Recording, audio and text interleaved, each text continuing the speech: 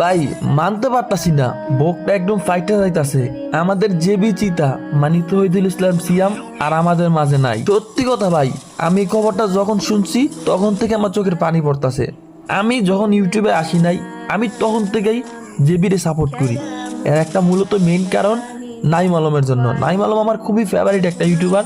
2021 সাল থেকে আমি জেবিরে সাপোর্ট করি। তোমাদের আমি একটা জিনিস দেখাই, আমার ফ্যান লিস্টে শুধুমাত্র একটা প্লেয়ারই স্টার ফ্যান্ডে আছে, সেটাই নাইম আলম। ওই গেম খেলে না, আমি তারপরে আনফ্যান করি না।